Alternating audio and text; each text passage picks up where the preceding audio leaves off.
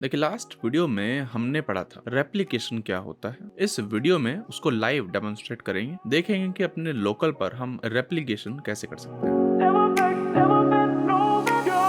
Replication होता क्या है, मान लीजिए एक मोंगो सर्वर चल रहा है, मेरा एक नोड चल रहा है, ठीक है, तो उसके रेप्लिका भी एग्जिस्ट करेंगे, ठीक है, कोई दिक्कत नहीं। अब देखेगा इस पूरे सेट को हम बोलते हैं रेप्लिका सेट। क्या बोलते हैं? रेप्लिका सेट, ठीक है। इस रेप्लिका सेट में 3 हमारे सर्वर्स हो जाएंगे, ठीक है, ए बी सी। अब सिंस हम लोकल पर हैं तो इनकी आईपी क्या होगी? लोकल होस्ट और पोर्ट स्पेसिफिक होगा। फॉर एग्जाम्पल यहाँ पर 27.0.18 पर एक नोड चल जाएगा, 0.19 पर तीसरा नोड चल जाएगा, 27.0.20 पर, ठीक है। तो 3 हमारे सर्वर्स यहाँ पर चल जाएंगे। इनमें से एक प्राइमरी बन जाएगा, ठीक है, 2 बन जाएंगे रेप्लिका, ठीक है। हम चीजें करेंगे प्राइमरी के अंदर, जैसे कि कुछ राइट ऑपरेशन क्या है, ठीक है। रेप्लिका जो है वो ऑटोमेटिकली डुप्लीकेट कर लेगा प्राइमरी से, ठीक है। यानी कि बी और सी जो हैं वो ऑटोमेटिकली डुप्लीकेट कर लेंगे कि क्या आया है ए में नया डेटा। हमें पता है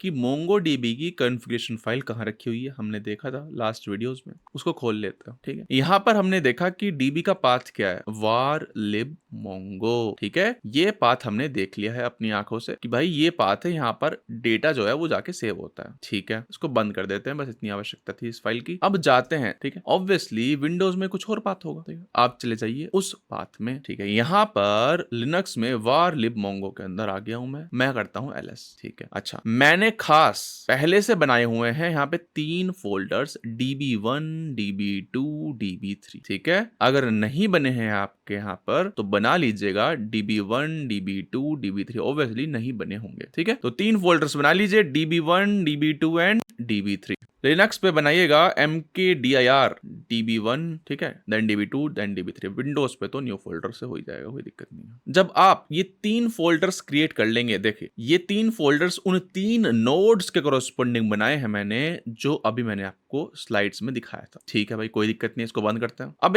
एक काम करिएगा, यहाँ पे 3 इंस्टेंसेस खोल लीजिएगा टर्मिनल के। एक खोल लिया मैंने, 2 खोल लिया है एंड 3 खोल लिया, 3 खोल लिया, ठीक है ना, ठीक है जी। अब आपको कमांड चलानी है ये sudo mongod। अगर आप विंडोज में हैं तो आप रन एज एडमिनिस्ट्रेटर कर दीजिएगा और फिर mongod से स्टार्ट करिएगा, ठीक है। मैं लिनक्स में हूं तो लिखा मैंने sudo mongod, ठीक है। mongod क्या है? ये जो सर्विस हमने चलाई थी, अब अगर आपको याद होगा जब इंस्टॉल करी थी तो सर्विस चलती है ना, तो ये है mongod। अच्छा, sudo mongod, पोर्ट नंबर दिया इसको मैंने 27.0.18, db पाथ दिया वही db1 और रेप्लिका सेट दिया rs0, ठीक है। इसका मतलब है कि ये जो इंस्टेंस है ये बिलोंग करेगा कौन से रेप्लिका सेट से? rs0 से, ठीक। एंटर करते हैं, ठीक है भाई, बहुत बड़े चल गया है ये। अब सेकंड इंस्टेंस चलाते हैं 27.0.19 पर, ठीक है। रेप्लिका सेट सेम दिया है rs0, ठीक है, ये भी चल गया है। अब तीसरा नोड चलाते हैं 27.0.20 पोर्ट पर, सेम रेप्लिका सेट 0, ठीक है भाई, ये भी चल गया है। अब हम चौथा टर्मिनल खोलते हैं, ठीक है भाई। अच्छा, अब अभी तक ना हम मोंगो लिख रहे थे, ऐसी मोंगो और चला दिया हमने, ठीक है। या फिर अगर आप शेल खोलते हो उस पर एक 27.0.17 पर शेल खुल जाता है। लेकिन अगर मुझे एक पर्टिकुलर मोंगो सर्वर को पॉइंट कराना है तो मैं लिखूंगा मोंगो हाइफन पोर्ट 27.0.18 ऐसे, ठीक है। तो ये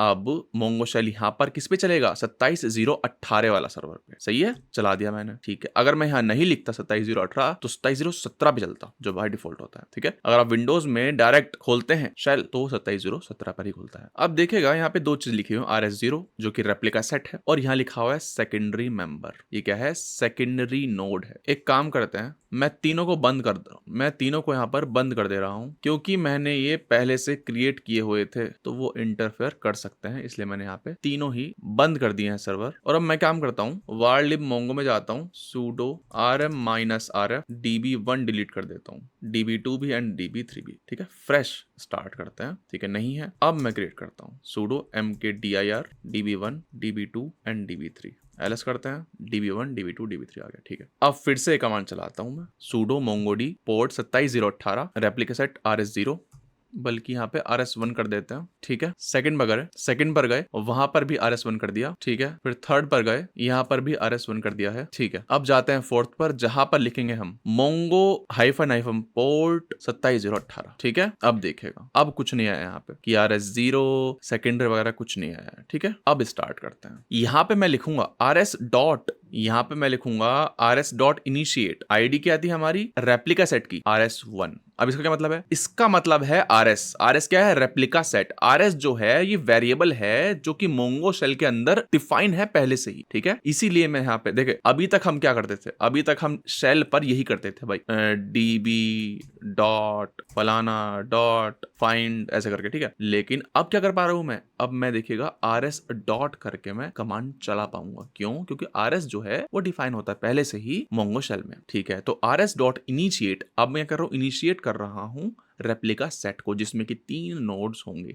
नाम क्या है? RS1 है। होस्ट क्या है? लोकल होस्ट है यहाँ पे भाई, अच्छा। और 27018 से स्टार्टिंग है, और दूसरा क्या है? 19 है, एंड तीसरा कौन सा है हमारा? 20 है, ठीक है। लोकल होस्ट, ठीक है। इससे क्या होगा, रेप्लिका सेट जो है इनिशियलाइज हो जाएगा, ठीक है। एंटर किया मैंने, बहुत बढ़िया। अब समझ में आ रहा है, अब समझ में आ रहा है कि हाँ भाई ये RS1 का मतलब क्या है और ये सेकेंडरी का मतलब क्या है, ठीक है। RS1 का मतलब क्या है कि हाँ भाई ये जो रेप्लिका सेट है उसकी आईडी आ गई है, और सेकेंडरी का मतलब क्या है कि देखिए जिस पोर्ट पर आप अभी हो जो कि 27018 है वो सेकेंडरी नोड है। समझ रहे हैं बात को? वो क्या है? सेकेंडरी नोड है। अच्छा, एक काम करिए, एक और टर्मिनल खोल लीजिए, यहां पर करिएगा मोंगो हाइफन पोर्ट 27019, यहां पर भी देखेगा RS1 सेकेंडरी, ठीक है। रेप्लिका सेट 1 और सेकेंडरी नोड है ये भी। अच्छा चलिए एक और खोल लेते हैं, यहां पर भी सेम चीज, मोंगो हाइफन पोर्ट, लेकिन अब क्या करूंगा मैं, 27020, यहां पर भी सेकेंडरी आ रहा है। अच्छा, 27018 भी सेकेंडरी आ रहा है, 19 पर भी सेकेंडरी आ रहा है, एंड 20 पर भी सेकेंडरी आ रहा है। तो भाई प्राइमरी कौन सा हुआ? 3 ही तो नोड थे, 3 ही तो नोड है, तीनों ही सेकेंडरी, तो प्राइमरी कौन सा हुआ देख लेते हैं। रेप्लिका सेट का स्टेटस पाने के लिए RS डॉट स्टेटस किया, ठीक है। RS डॉट स्टेटस किया, ठीक है भाई। RS डॉट स्टेटस कर दिया है मैंने। यहां पर दिखेगा मेंबर्स आ रहे हैं, पहला मेंबर ये है, दूसरा मेंबर ये है, तीसरा मेंबर ये है, ठीक है। अच्छा ठीक है, कोई दिक्कत नहीं है। ID 0, ID ये जो हमने दी थी याद है, ये ID 0 1 2, ठीक है जी, कोई दिक्कत नहीं है। 0 वाले को ये प्राइमरी बोल रहा है, देख रहे हो, और 1 वाले को ये सेकेंडरी बोल रहा है, 2 वाले को ये सेकेंडरी बोल रहा है, ठीक है। ठीक है भाई, समझ गए। हमने देख लिया है कि 27018 को ये प्राइमरी बोल रहा है। अच्छा एक काम करते हैं, कंट्रोल C करते हैं, फिर से 27018 पे जाते हैं। हाँ, RS1 प्राइमरी आ गया भाई, बहुत ही बढ़िया, बहुत ही बेहतरीन। अब सारी चीजें क्लियर हो गई हैं। 27018 प्राइमरी है, 27019 सेकेंडरी है, 27020 भी सेकेंडरी है, बहुत बढ़िया। अच्छा भाई, शो डीबीज करते हैं प्राइमरी पर, कह रहा है कुछ नहीं है भाई, एडमिन कॉन्फिग लोकल बस, जो कि ऑलरेडी आते हैं। हमारे पुराने सभी डेटा नहीं है इसमें कुछ भी, क्योंकि वो तो 27017 पे थे। ऐसा क्यों हो रहा है? क्योंकि अभी तक हम 27017 पे डेटा रख रहे थे, लेकिन ये क्या 27018 पे है, और उसका जो पाथ है वो क्या था, वार लिब मोंगो के अंदर DB1। समझ रहे हो बात को? DB1 के अंदर डेटा बढ़ा उसका तो। अच्छा ठीक है भाई, इतनी बात समझ में आती है कि वो 27017 जो था वो स्टैंड अलोन एक मोंगो DB इंस्टेंस था, वो अलग चीज है। ठीक है भाई। अच्छा, शो डीबीज किया, यहाँ पे 3 आ गए हैं DB, कोई दिक्कत नहीं है। अब जाते हैं सेकेंडरी वाले पे, शो डीबीज करते हैं। अरे ये क्या आ रही है? ये तो एरर आ रही है। एरर मैसेज है not master and slave okay is equal to false. इसका मतलब है भाई आप सेकेंडरी नोड से शो डीबीज चला रहे हो, ठीक है। बाय डिफॉल्ट क्या होता है, सेकेंडरी नोड रीड भी नहीं कर सकता, रीड ऑपरेशंस भी प्राइमरी नोड ही कर सकता है। अगर आपको रीड कराना है तो आपको एक्सप्लिसिटली बताना पड़ेगा कि slave okay is equal to true, slave okay equal to true कहकर आप बता रहे हैं भाई, देखे कि हाँ मुझे पता है कि हाँ मैं सेकेंडरी नोड से रीड करना चाहता हूं, क्योंकि मैं जानता हूं सेकेंडरी नोड मेरा हेल्दी है और मुझे कोई पुराना दुराना डेटा नहीं मिलेगा, ठीक है। अगर मिलता भी है, थोड़ा बहुत डेटा पुराना मिलता भी है, तो मैं संतुष्ट हूं, ठीक है। तो आपको इसके लिए क्या करना पड़ेगा, यूज एडमिन करना पड़ेगा, यूज एडमिन, ठीक है। फिर करिएगा db dot gate Mongo dot set slave okay, ठीक है, बहुत सही। ठीक है, बोल रहा है पुराना हो गया, अब ये यूज कर लिया, ठीक है भाई, कर लेंगे, कोई दिक्कत नहीं। अच्छा, अब शो डीबीज करते हैं। देखो चल गया भाई, चल गया, तालियां बजनी चाहिए, बहुत ही बेहतरीन। अब जाते हैं दूसरे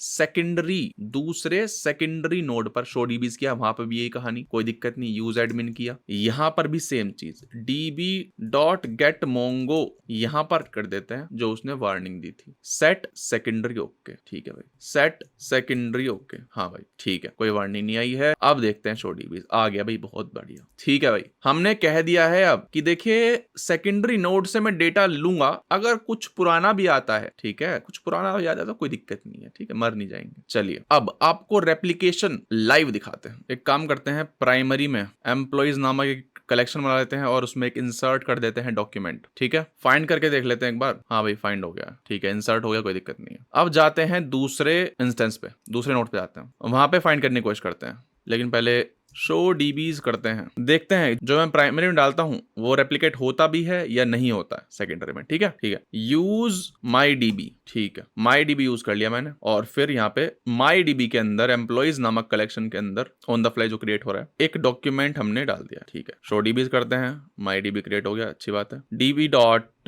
एम्प्लॉइज डॉट फाइंड भी कर लेते हैं, ठीक है भाई, आ रहा है। अब जाते हैं सेकेंडरी में, शो डीबीज करते हैं, माई डीबी आ गया, बहुत अच्छी बात है, तालियां बजाओ, यूज माई डीबी करते हैं, ठीक है, अब करते हैं शो कलेक्शंस, देखते हैं कलेक्शंस कॉपी हो गए, बहुत ही बढ़िया, देख रहे हो कलेक्शन कॉपी हो गए हैं। अच्छा, dB dot employees dot find करते हैं, देख रहे हो ये भी कॉपी हो गया है, समझ रहे बात को, ये भी कॉपी हो गया, प्राइमरी में था, सेकेंडरी में भी आ गया है, ठीक है भाई। अब तीसरी जगह चले, यहाँ पर भी शो डीबीज किया, यहाँ पर भी ठीक है, आ गया है माई डीबी नामक database, dB use my DB करते हैं, यूज माई डीबी, ठीक है भाई, शो कलेक्शंस करते हैं, एम्प्लॉइज आ गया, बहुत अच्छी बात है, dB dot employees dot find भी कर लेते हैं, ठीक है भाई, देख रहे हो रेप्लिकेशन हो गया है, सेकेंडरी में भी आ गया है, प्राइमरी में हमने डाला, सेकेंडरी में आ गया अपने आप, ठीक है, ये है हमारा रेप्लिकेशन। और एक और बात, अगर आप राइट ऑपरेशन करेंगे सेकेंडरी से तो ऑब्वियसली एरर देगा, ठीक है, कोई नई बात नहीं है, एरर मैसेज आया है, नॉट मास्टर, नॉट राइटेबल